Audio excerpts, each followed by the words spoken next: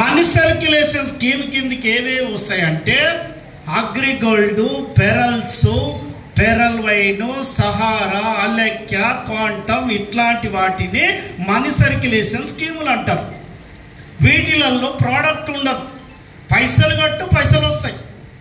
మరి క్లారిటీ ఇస్తా చూడండి, ప్రోడక్ట్ ఉంటే ఎలా ఉంటుంది, పైసలు కట్టి పైసలు. నేను ఒక వస్తువు కొనుక్కున్నా, మార్కర్ కొనుక్కున్నా. మార్కర్ నాకు అమ్మిన షాప్ అయినా దుకాణం మూసేసిండు. కస్టమర్ ఎట్లా ఫీల్ అవుతాడంటే పైసలు పోతే పోయినాయి కానీ నా వస్తువు నాకు వచ్చిందన్న సాటిస్ఫాక్షన్ ఉంటాడు వస్తువు ఉంటే. అదే పైసలు కట్టు పైసలు వచ్చేదంటే ఏడ దొరుకుతాడు తందమని కూర్చుంటారు. మరి ఏడిఎంఎస్ అనేది ప్రోడక్ట్ కంపెనీ, పైసలు కట్టు పైసలు వచ్చేదా? ప్రోడక్ట్ కంపెనీ కాబట్టి గట్టిగా క్లాప్స్ ఇస్తాం మన కంపెనీకి. ఒక్కసారి పైసలు కట్టు పైసలు వచ్చేది కాదు మన కంపెనీ, పని చేస్తేనే పైసలు వచ్చేది. ఇక్కడ ఇట్లాంటిదే నా మిత్రుడు ఒకటి తీసుకొచ్చాడు మనీ సర్క్యులేషన్ స్కీమ్. మామా నీకు గుడ్ న్యూస్ రా అన్నాడు. ఏందిరా అంటే తినముందు ఋషెందుకు వస్తుండాగురా అన్నాడు. వచ్చిండు, ఏం లేదు మామా 2250 రూపాయలు కట్టు, 3 ఏళ్లలో 32 లక్షలు వస్తాయి అన్నాడు. ఎట్లొస్తాయిరా? తాడు లేదు, బొంగరం లేదు, ఎముడేడు నోడ తెలియదు, ఎత్తుకొని పోతే ఎవరిని అడగాలని అర్థం కాదు. ఎట్లొస్తాయిరా అంటే వస్తాయి కట్టు. నేనేమన్నా దోస్తు కదా పోగొట్టుకోలేను.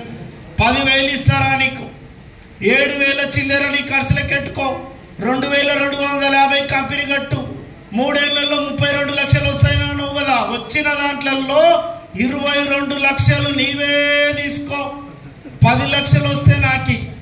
వాడు ఇవ్వకపోతే నీవు ఇస్తావా? కోర్టు కాడికి పోయి బాండ్ పేపర్ రాసుకుందాంపా అని అడిగిన. అట్టెట్ట అడుగుతున్నావు, అట్టెట్ట చెప్తున్నావు, నీ కథ ఏంది రా అన్నాడు. నేను కూడా నీ లేక ఒక చెరువులో గేదెలను పెట్టి కొమ్ముల బేరం చేస్తలేను. బాదాంతో షోరూమ్కి వెళ్ళి 18 రకాల మోడల్స్ పెట్టి నచ్చిన బండిని బుకింగ్ చేసుకున్న తర్వాత ఏ బండినైనా తీసుకోవచ్చు. నీవు బుకింగ్ చేసుకున్న 16,000 రూపాయలు ఉన్నాయి. ఎప్పుడు ఏ షోరూమ్కి పోయినా 16,000 రూపాయలు మైనస్ అవుతున్నాయి. మైనస్ కాకపోతే మాట్లాడు, నీవిచ్చిన 16,000 రూపాయలకి వెళ్ళి 32,000 రూపాయలు ఇస్తా వానికి చెప్పినా మీకు కూడా చెప్తున్నా. ఇది నా ఛాలెంజ్, ఇది నా జెన్యూన్. ఇంకా గట్టిగా క్లాప్స్ ఇస్తే గుడ్ న్యూస్ చెప్తా.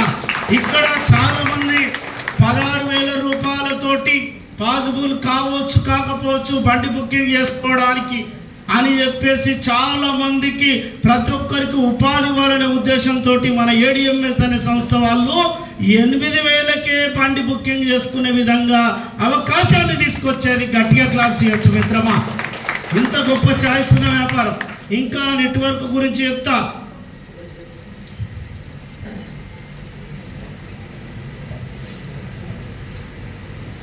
ఈ మధ్యలో ఒక సినిమా పోసాని మురళీకృష్ణ ఎంతమందికి తెలుసా అండి?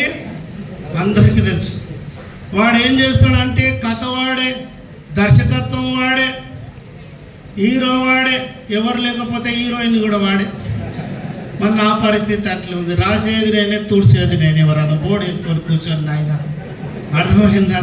మధ్యలో ఎవరైనా గ్యాప్ ఇస్తారేమో అంటే వాళ్ళు ఇస్తలేరు. బాబుల్ సార్ వచ్చి కూర్చో, కుర్చేసుకొని కూర్చో.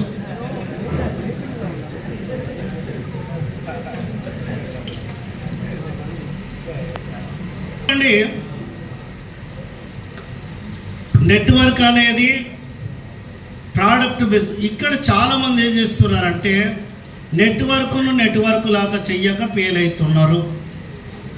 ఎలా చూడండి, నాకు పల్లెటూరు బ్యాక్గ్రౌండ్ కాబట్టి నేను చేసిన మిస్టేక్లు ఏంటంటే మేకల కాడికి, పసుల కాడికి, బర్రెల కాడికి, గొర్రెల కాడికి పోయేటోళ్ళందరినీ చేంజ్ చేసుకుంటే ఆయన ఫోన్కు మెసేజ్ వస్తే చూసి చెప్పనీకి రానోళ్ళను, ఓటీపీ నెంబర్ వచ్చినా చూసి చెప్పే ఓపిక లేని వాళ్ళందరినీ టీంలో జాయిన్ చేసుకుంటే తిరిగి మళ్ళీ వాళ్ళు ఎవరికి చెప్పలేక, ఎవరిని జాయిన్ చేయలేక టీం డూప్లికేషన్ కాక ఫెయిల్ అయిపోయింది.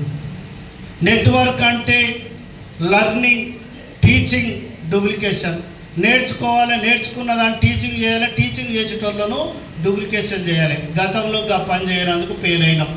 మరి ఎలాంటి ఈ సబ్జెక్ట్ వినడం వల్ల ఎందుకు ఫెయిల్ అయినామో తెలుస్తుంది, ఏం చేస్తే సక్సెస్ అవుతామో. 2 అర్థాలు ఒకటే సబ్జెక్ట్లో దొరుకుతాయి. కావాలన్నా రైట్.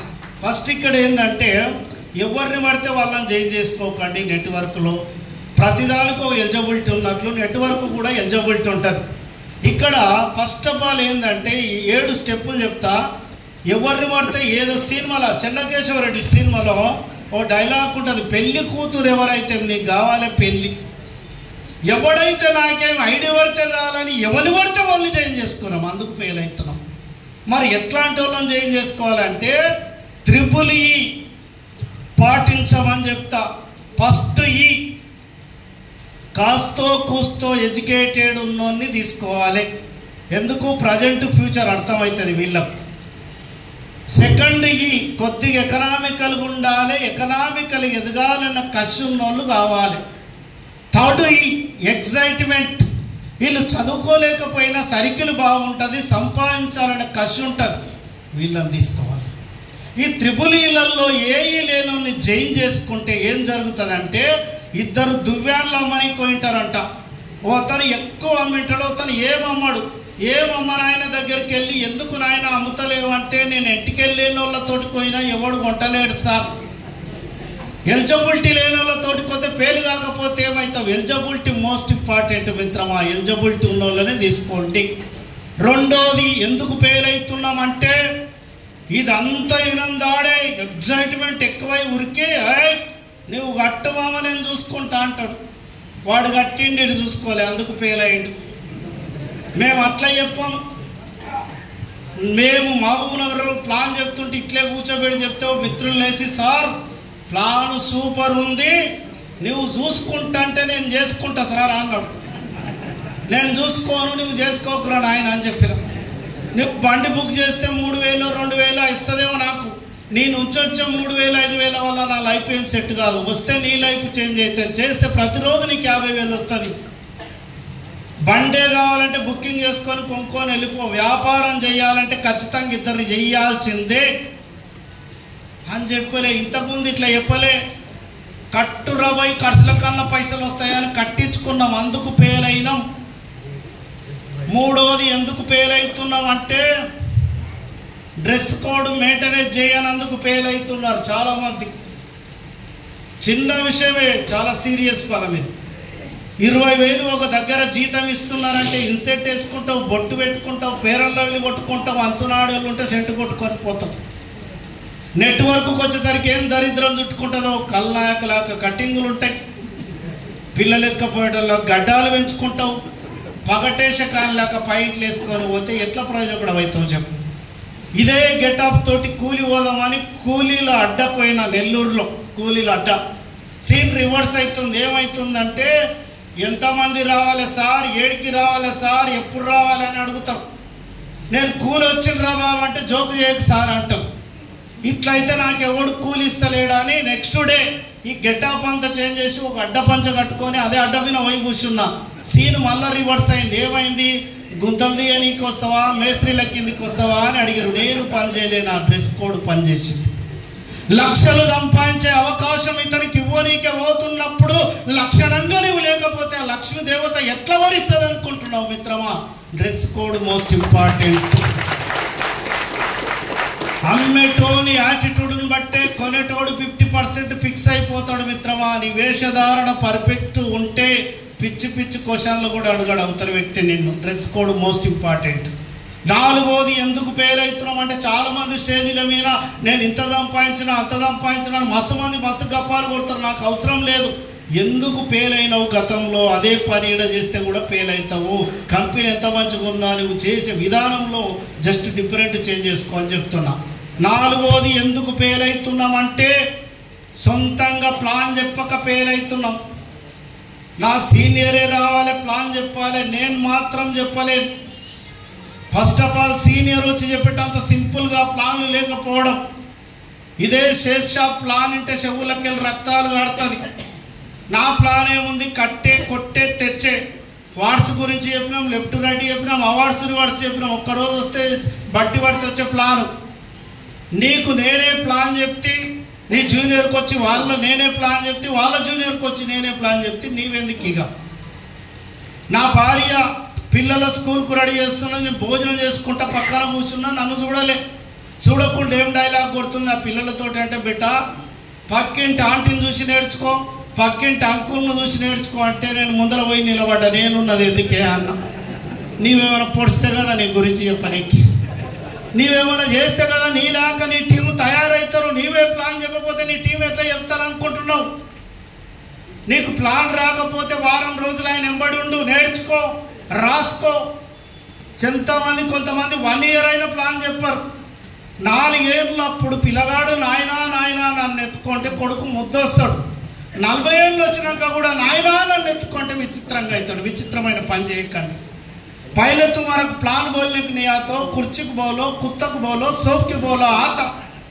ఎవరికి పడితే వాళ్ళకి చెప్పు, కింది నుంచి మీనికి చెప్పు, మీన్ నుంచి కిందికి చెప్పు. తప్పులా గుర్తుపట్టడానికి ADMS ప్లాన్ ఆయనకు తెలియదు కాబట్టి. అర్థమైందా? 2 రొంట్లు అంటే ఎంత అండి చెప్పాలి? 4 6 అంటే అవలగాడ వాట. నిజమే. ADMS ప్లాన్ నీకు తప్ప ఎవరికి తెలియదు. నువ్వు ఏది చెప్తే అదే కరెక్ట్. ఫస్ట్ ప్లాన్కు 10వ ప్లాన్కు తేడా ఉంటుందా? ఉండదా? ఉంటుంది. ఫస్ట్ నేను ప్లాన్ నేర్పడి చెప్పిన విధానం ఎలా అంటే, 4 మిత్రులకు సాయంత్రం టైం 6-7 అవుతున్నది. ప్లాన్ చెప్పినా, ఎట్లా చెప్పినా నాకు అర్థం కాదు, చేతులు అంపుకుంటా చెప్పుకున్నా.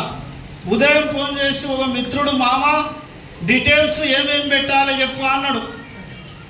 నేను క్లోజ్ ఉంటాడు కాబట్టి అడిగినా, అరే నేనేం చెప్పినో నాకు అర్థం కాలే, నీకేం అర్థమైందో నాకు అర్థం కాలే, ఎందుకు రా చైన్ అవుతున్నావు, బండి బుకింగ్ చేస్తున్నావు అంటే ఓడేమంటాడు, ఏం అర్థం కాలేదు కానీ రోజు 50,000 వస్తాయని అర్థమైంది రా అంటాడు. ఎంత కిక్కుంటుంది చూడండి. అమ్మా ఇంకోడు, అరే ఆపురా ఫస్ట్ నన్నే ఆపురా నేనే తొందర పంపుతా. అరే నీకేం అర్థమైంది రా అన్న. వాడేమంటాడు, వంకుకుంటా నీవే చెప్తున్నావు, వంకుకుండా చెప్పేటా నేను ఎందుకు సక్సెస్ కాదు రా అంటాడు. ఇంకోడైతే కొంచెం డీసెంట్ క్యాండిడేట్, మామ చిన్నప్పటి నుంచి నేను ఎప్పుడు కలిసి తిరిగినావు, ఎప్పుడు ఏ బిజినెస్ వచ్చినా ఓళ్ళనే ముందలేస్తావు, నన్ను ఎక్కేస్తావు, ప్లీజ్ రా పైసలు ఇప్పుడే ఇస్తా, నన్నే ముందలేరా అంటాడు. ఎంత కిక్ వస్తుంది చూడండి మిత్రమా. ఇంకా చూడండి, చెప్తుంటే ఇంకా మజా వస్తుంది ఎంత ప్లాన్ చెప్తే. ఇంకోటి చూడండి, ప్లాన్ చెప్పనీకి పోయినప్పుడు చిరునవ్వుతో చెప్పండి. ఐడియల్ క్లోజ్ అయితే లేవని కొంతమంది అంటున్నారు, క్లారిటీ ఇస్తా. చిరునవ్వుతో చెప్పండి. నీ బాడీ లాంగ్వేజ్ కూడా యూజ్ అవుతుంది ఆడ. నీవు ముఖమాంతా మార్చుకొని చెప్తే ఆయన ముఖమాంతా మార్చుకుంటాడు. చిన్న చిరునవ్వు నవ్వితే ఆయన నవ్వుతాడు. పోతావు భార్యతోటి కొట్లాడిపోయి కట్టు 10,000 కట్టు పైసలు వస్తాయి అంటే వేస్తాడు. Smile important. చైనాలో ఒక సామెత ఉంది, నవ్వలేని రోజు షాపు తెరవద్దని. నేను మూడు మంచిగా లేనప్పుడు పీడుకోకున్నా పర్వాలేదు కానీ చిరునవ్వుతోటేళ్ళు. చిరునవ్వు కొట్టే కిక్కు చెప్తా. నీకు ఇష్టమైన ప్రియురాలు, నువ్వు ప్రేమిస్తావు, నిన్ను కేరే చేస్తలేదు, నిన్ను దేక్తలేదు, ఎంత ఆటుపులికి ఇష్టపడ్డా ప్రేమిస్తలేదు. ఒకానొక రోజు నిన్ను చూసి చిన్న చిరునవ్వు నవ్వితే నిద్ర పడుతుందా రాత్రికి? ఆ రోజు అంత కిక్కుంటుంది అండి చిరునవ్వుకు. ఇంకా చిరునవ్వు ప్రాక్టికల్ ఎగ్జాంపుల్ చెప్తా. బైక్ మీదనో కారు మీద పోతుంటావు, అనుకోకుండా కారు డ్యాష్ ఇచ్చాడు, తనిగండి అనుకోకుండా. లైట్గా స్మైల్ ఇచ్చినావు అంటే తెలుగుదారం అయ్యా వెళ్ళిపోతాడు. గుర్తి గుర్రం చూసినావు అంటే దగ్గరకు వచ్చి తవడే వలపడతాడు. అంటే చిరునవ్వుకుండే కిక్ అట్లాంటి చిరునవ్వుతోటి పోండి. సూపర్ అండి. ప్లాన్ చెప్పనీకే ఈజీగా. ఇంకా చూడండి, మిత్రువు లాంటి శత్రువులు ఉంటారు చాలామంది. ఇలాంటి వాళ్ళకి ఫస్ట్ ప్లాన్ చెప్పండి. గంట సేపు వింటాడు వీడు, కిల నవ్వుతాడు. నేను చెయ్యాలని నీకు తెలుసు కదా రా అంటాడు. నువ్వు చెయ్యవని నాకు తెలుసు రా, ప్రాక్టీస్ కోసం చెప్పినా అని చెప్పు. ప్రాక్టీస్ అవుతుంది, రివెంజ్ తిరుగుతుంది. అర్థమైందా? కొంతమంది ఎంత చెప్పినా మారరు. కొంతమంది కరడు కట్టే తీవ్రవాదులు లాంటి వాళ్ళు వస్తారు. మరణించడానికి ఆయన ఇష్టపడతారంట కానీ మారనికి ఇష్టపడరు. ఇట్లాంటి వాళ్ళు వస్తే దేవునికి ఇచ్చి పెట్టండి. పోనీ 10 ప్లాన్లు దేవునికి ఇచ్చి పెట్టండి. 11వ ప్లాన్ నుంచి పక్క ప్రయోజనం అవుతావు, డౌటే లేదు. సీక్రెట్ చెప్తా. నీ సీనియర్ తోటి ప్లాన్ చెప్పించిన అన్ని రోజులు నీ సీనియర్కి 50,000 వస్తుంది. నువ్వు ప్లాన్ చెప్పిస్తే నీకు 50,000 వస్తుంది. స్టార్ట్ చేయి.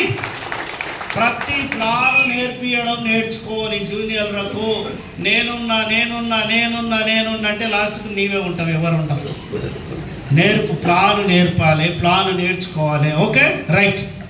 4వది ఎందుకు సరే 5వది కూర్చోడు సార్. 5వది ఎందుకు ఫెయిల్ అవుతున్నాం అంటే డిఫరెంట్ ఏరియాలకు వెళ్ళాలి వ్యాపారం. చాలామంది నాకు తెలిసో తెలియకనో మహబూబ్నగర్ పాలమూరు అంటారు, 17 సంవత్సరాలు చెప్పేటోడు లేక 17 సంవత్సరాలు పాలమూరు చుట్టే తిరిగిన సినిమాల పాటు రింగ రింగ రింగ రింగ ఈయన్నే చుట్టూ తిరగాలి, శుభం పడాలి, ఆడికెళ్ళి సక్సెస్ అవుతుంది. 10 సంవత్సరాలు నెల్లూరు చుట్టే తిరిగిన సక్సెస్ రాదు, 10 సంవత్సరాలు ఒంగోలు చుట్టే తిరిగిన సక్సెస్ రాదు. ఇంకా ఏరియాలు ఉంటాయి.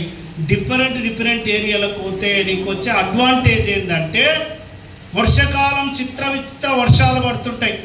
నెల్లూరు నుంచి నాయుడుపేట వరకు ఉంది, నాయుడుపేట నుంచి శ్రీకాళహస్తి వరకు లేదు. వింటుంటాం కదా విచిత్ర వానలు. ఇక్కడ డిఫరెంట్ ఏరియాల్లో నువ్వు బుకింగ్ చేపిస్తే ఎలా ఉంటుందంటే నల్గొండలో కొంతమందిని, నంద్యాలలో కొంతమందిని, నారంపేటలో కొంతమందిని, నాగర్ కర్నూల్లో కొంతమందిని బుకింగ్ చేపిస్తే నంద్యాల వాళ్ళు డల్ అయినా నల్గొండ వాళ్ళు డల్ కాకపోతే నీ ఇన్కమ్ డల్ కాదు. నారంపేట వాళ్ళు డల్ అయినా నాగర్ కర్నూలు వాళ్ళు డల్ కాదు కాబట్టి నీ ఇన్కమ్ డల్ కాదు. దూరం ఎవరు డల్ అయినా నీ ఇన్కమ్ డల్ కావద్దు అంటే దూరం విత్తనాలు నాటాలి. దూరం పోరు, ఎందుకు పైసలు ఖర్చు అవుతాయి. ఇత్తు పెడితేనే కంకి వస్తుంది మిత్రమా. ఖర్చు పెట్టినోడే కరోడుపతి అయ్యిండు భూమి పైన. నేర్చుకో, ఖర్చు పెట్టడం నేర్చుకో. ఖర్చు పెట్టకపోతే కరోడుపతి కావు. నీ మీద నువ్వు ఖర్చు పెట్టుకో, ఎవరికి ఖర్చు పెట్టవలసిన అవసరం. నీ ఎదుగుదల మీద నువ్వు ఖర్చు పెట్టుకో, నీ గ్రోతింగ్ మీద నువ్వు ఖర్చు పెట్టుకో. నీ పిల్లలు ప్రైవేట్ స్కూల్లో చదివిస్తున్నావు, ఎల్కేజీ యూకేజీ 20 లక్షలు 30 లక్షలు పెట్టాలి, రిటర్న్స్ వచ్చే డబ్బులు కావు కదా. ఇక్కడ నా పిల్లగాడు ఏదో సంథింగ్ ఏదో జరుగుతుంది అని చెప్పి జరగవచ్చు జరగకపోవచ్చు. ఇక్కడ నీ మీద నువ్వు ఖర్చు పెట్టుకుంటే ఖచ్చితంగా కరోడుపతి అవుతావు అని చెప్తున్నా. ఖర్చు పెట్టడం నేర్చుకో. ఆ రోజు ఎందుకు ఫెయిల్ అవుతున్నామంటే ఎవరన్నా నమ్మకంతో డబ్బులు ఇస్తే సొంత ఖర్చులకు వాడుక తిని కంపెనీకి గట్టక కంపెనీ ఖరాబు చేసిన దొంగలు దరిద్రుల వల్ల ఫెయిల్యూర్ వచ్చేసింది. దయచేసి ఆ పని చేయకండి. తెలంగాణలో ఆదిలాబాద్లో ఒక లీడర్, ఒక అతను ఫోన్పే చేశాడంట అమౌంట్ ఐడి యాక్టివేషన్ చేయమని. ఐడి యాక్టివేషన్కి అమౌంట్ ఇస్తే యాక్టివేషన్ చేయకుండా వాడుక తిన్నాడు. ఈయన నాకు ఆయన ఏడ్చుకుంటా ఫోన్ చేసిండు, పలాని పర్సన్కు నేను అమౌంట్ ఇచ్చినా ఐడి యాక్టివేషన్ చేయలేడు సార్. ఇచ్చి ఎన్ని రోజులు అవుతుందంటే 2 నెలలు అవుతుందంట. అడగలేదంట. అడిగిన నీ పైసలు ఏం ముంచాలి లేరా, పత్యామి పైసలు ఇస్తా అంటాడట. పత్యామ నీకు ఇచ్చినాడు పైసలు. పర్ల సొమ్ము పాము వంటిదని చిన్నప్పటి నుంచి చదువుకోలేదా? క్యారెక్టర్ ఇంపార్టెంట్ మిత్రమా. కెరియర్ ఎంత ఉంటే ఏం చేసుకుంటావు? సత్యం కంప్యూటర్ రామలింగరాజు కెరియర్ ఎంతో ఉంది, చిన్న క్యారెక్టర్ లేనందుకు తీసుకుపోయి జైల్లో పడేశారు. Character most important. ఈడ నేను కాన్ఫరెన్స్లకు తీసుకున్నా, ఎందుకు సార్ ఇలా చేసినావంట, వాస్తవేనా అంటే వాస్తవే సార్, ఇచ్చిండు వాస్తవే, 10,000 ఇచ్చిండు, 5,000 ఇచ్చేయడానికి ఆలస్యం అవుతుంది, వాడక తిందామనా? నీ క్యారెక్టర్ ఖరాబ్ చేసుకుంటే నిన్ను ఎవరు నమ్మరు మార్కెట్లో. అలాంటి తప్పులు ఎవరు చేయకూడదనే చెప్తా, request.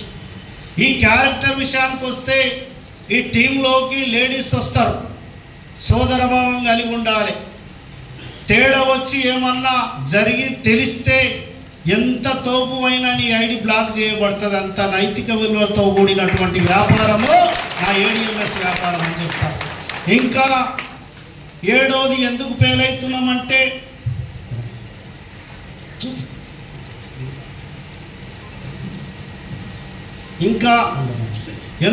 అవుతున్నామంటే last step.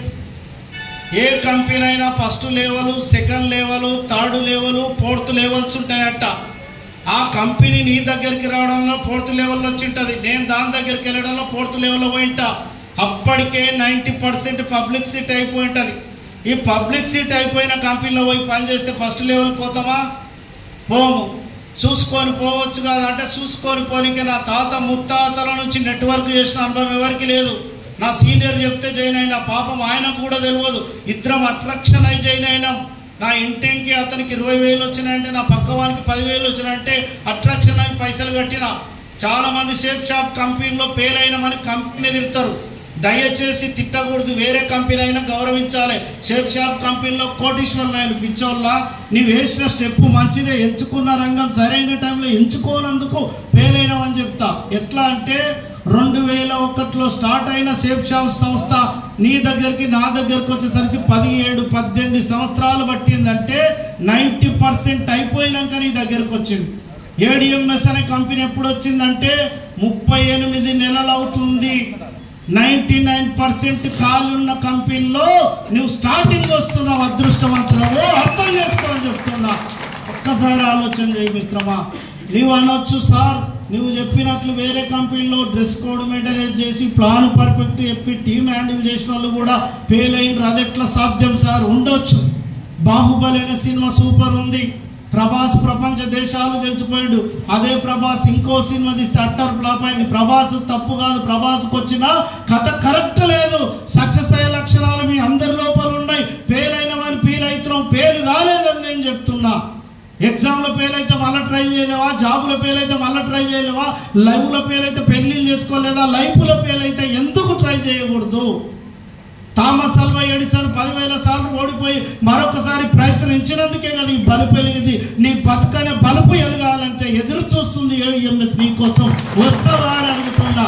Company correct లేనప్పుడు నీవేం చేస్తావు? నీ సీనియర్ కరెక్ట్ లేనప్పుడు నీవేం చేస్తావు? ప్రోడక్ట్ నీవు ఇచ్చిన ప్రోడక్ట్ బాగలేనప్పుడు నీవేం చేస్తావు? నన్ను కూడా అనలేదా అంటే అందరూ దాసు ఏది చక్క చేయడు, ఏది చక్క చేయడు.